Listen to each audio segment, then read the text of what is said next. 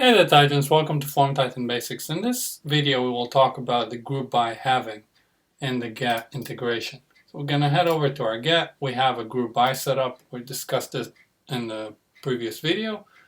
And we're going to take a look at the having. What the having does, once you have a grouped field, so we have this already, we're grouping the average amount of the opportunity by the account ID.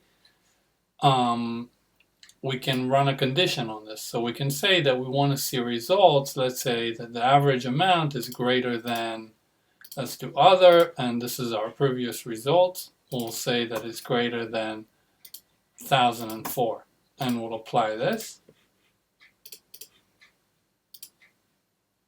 And let's run our get. So this is runs on execute on form load. And we can see that we filtered out the 1004. And the way that the having works is whatever you set in your FT aggregate. So here we map the FT aggregation average amount. If we would aggregate something else as well, then we will be able to set it in the having as well.